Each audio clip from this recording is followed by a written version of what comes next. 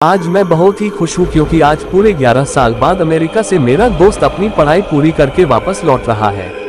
उसने भौतिक शास्त्र के विषय पर PhD की हुई है। उसका मानना यह है कि दुनिया में जो भी कुछ हो रहा है उसमें कहीं ना कहीं फिजिक्स छुपा हुआ होता है। खैर जो भी हो, पर इस कहानी में ऐसा तो क्या हुआ कि उसकी फिजिक्स भी काम नहीं आई। चलिए आज हम पूरी कहानी बताते हैं। जब वो अमेरिका से वापस आया तो सीधा मुझसे मिलने के लिए मेरे घर पे आ गया और आकर ही मुझसे गले मिल गया। मैं भी उसे देखकर बहुत खुश हो गया। मैंने बोला, अरे शिवम, अमेरिका से कब लौटा? मुझे बताया भी नहीं। आज ही लौटा हूँ, तुम्हें सरप्राइज देना चाहता था इसीलिए मैंने तुम्हें नहीं बताया। और बता, क्या हाल चाल है? घर में सब कैसे हैं? मैंने कहा, सब बढ़िया है और घर में भी सब अच्छे हैं। तू बता, तू कैसा है? तुम्हारी पढ़ाई पूरी गई क्या? हाँ, मेरी पढ़ाई तो कंप्लीट हो गई और अब मैं हमेशा के लिए इंडिया वापस आ गया हूँ। अब हम दोनों मिलके खूब मस्ती करेंगे। मैंने कहा, ठीक है, पर आज तुम्हें मेरे घर पे खाना खाने के लिए आना पड़ेगा। वो बोला, जरूर आऊंगा, और है उसके बाद हम कहीं घूमने के लिए जाएंगे, कुछ तूफानी करेंगे, ठीक है ना? मैंने बोला, ठीक है। उसके बाद हम दोनों ने रात को खाना खाने के बाद हमारे गांव के पुराने मंदिर में घूमने के लिए गए। मैंने बोला, शिवम, क्या तुम्हें पता है ये मंदिर बहुत ही ज्यादा प्रचलित है? उसने हैरान होके बोला, ओह, तो ये है तुम्हारा तूफानी अंदाज। क्या यार, तुझे कोई अच्छी जगह नहीं मिली कि तू मुझे यहाँ ले आया? मंदिर? मैंने बोला, तुम चलो तो सही, बहुत मजा आएगा। लोगों का मानना यह है कि यह भूत प्रेत जैसी आत्माएं रहती है। शिवम, क्या सच में यहाँ पे भूत है? क्या तुम भी मजाक कर रहा हो? मैं नहीं मानता। मैंने बोला, ठीक है, हम दोनों साथ में जाते हैं और पता लगाते हैं कि सच में भूत है कि नहीं। फिर हम दोनों मंदिर के अंदर चले गए। मंदिर काफी बड़ा था और थोड़ा भयानक भी लग रहा था। ऐसा लग रहा था कि कई दिनों से यह साफ सफाई नहीं हुई है।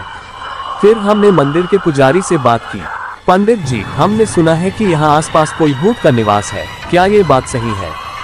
ये सुनकर वो पुजारी हमको घूरने लगा और बोला, चले जाओ यहाँ से, ये जगह तुम्हारे लिए सही नहीं है। मैंने बोला, क्यों? पंडित जी आओ मेरे साथ, मैं आपको बताता हूँ। इतना कह के वो हमें एक कमरे में ले गया और हम जैसे ही अंदर गए तो वो पुजारी ने बाहर से उस कमरे को लॉक कर दिया। ये देखकर मैं और मेरा दोस्त शिवम घबरा गए। वहाँ पे अंदर जाके देखा तो हमारे तो होश ही उड़ गए। वहाँ उस रूम के अंदर कई सारे कंकड़ और हाड़पिंजर पड़े थे और बहुत ज्यादा गंदी बास आ रही थी। उतने में ही पीछे से दो बड़े और भयानक दिखने वाले आदमी आए। उन्हें देखकर ऐसा लग रहा था कि वो कोई साधारण इंसान नहीं बल्कि मांस और खून पीने वाले नरभक्षी है। ये सब देखकर हम बहुत डर गए। हमने तो मान ही लिया था कि अब हम जिंदा नहीं बचेंगे। फिर उन दोनों ने हमें कस के पकड़ा और हमें एक कोने में गए। फिर हम दोनों बहुत चिल्लाए, बचाओ बचाओ, लेकिन कोई बचाने के लिए नहीं आया। इतने में ही वो पंडित जी एक बड़ी चमत्कारिक तलवार लेकर हमारे रूम में आए। फिर उन तीनों ने रूम में आग लगा के मंत्रोच्चार करना शुरू कर दिया। हमने ये सब देखकर डर के मारे और ज्यादा जोर जोर से चिल्लाने लगे। ठीक उसी समय किसी ने बाहर से हमारे रूम का दरवाजा खटखटाया। दरवाजे की खड़खड़ाहट सुनकर उन तीनों ने रूम की आग बुझा दी और दूसरे कमरे में चले गए। हमने तुरंत ही उठकर उस रूम का दरवाजा खोल दिया। दरवाजे के सामने उस मंदिर के ट्रस्टी और आसपास के रहने वाले लोग खड़े थे। हम कुछ बोले उससे पहले उन लोगों ने हमें धमकाना शुरू कर दिया। तुम दोनों कौन हो? यहाँ मंदिर में चोरी करने के लिए आए हो? सच बताओ वरना हम पुलिस को बुलाएंगे। हमने सब सच बता दिया, लेकिन उन लोगों को हमारी बातों पे भरोसा नहीं हो रहा था, बल्कि उल्टा हमें डांटने लगे। तुम दोनों क्या बोल रहे हो? नशा करके आए हो क्या? ये मंदिर कई सालों पहले खंडेर हो चुका है, यहाँ कोई पुजारी नहीं है।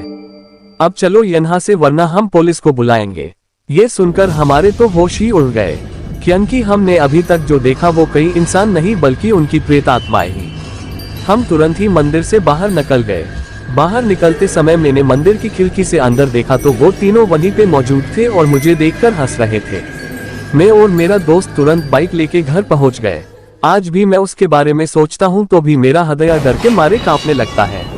तो आज के लिए बस इतना ही, मिलते हैं अगली वीडियो में। तो अगर आपको ये वीडियो पसंद आया तो वीडियो को लाइक करें और चैनल को सब्सक्राइब करें। जय श्री राम।